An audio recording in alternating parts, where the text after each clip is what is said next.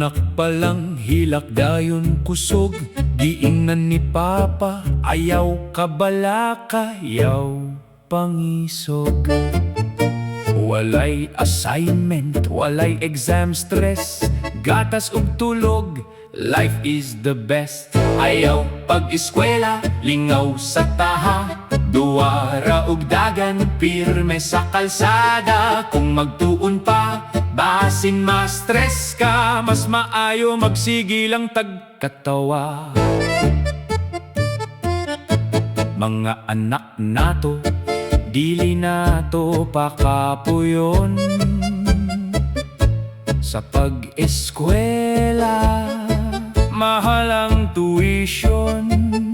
Simbako makatrabaho, posisyon lisod kaayo, maayo ng tambay kay sige paso-paso. Ayaw gyud pag-eskwela, paglingaw ra, magdula kag patintero adlaw gabi iha.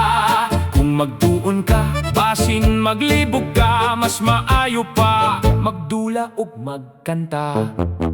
Kung dako na ka, manguta na ka, nganong wala ko gipa-eskwela pa? Tubag ni Papa, maayo ng tambay ka, kay gustong mi anak nga happy ka.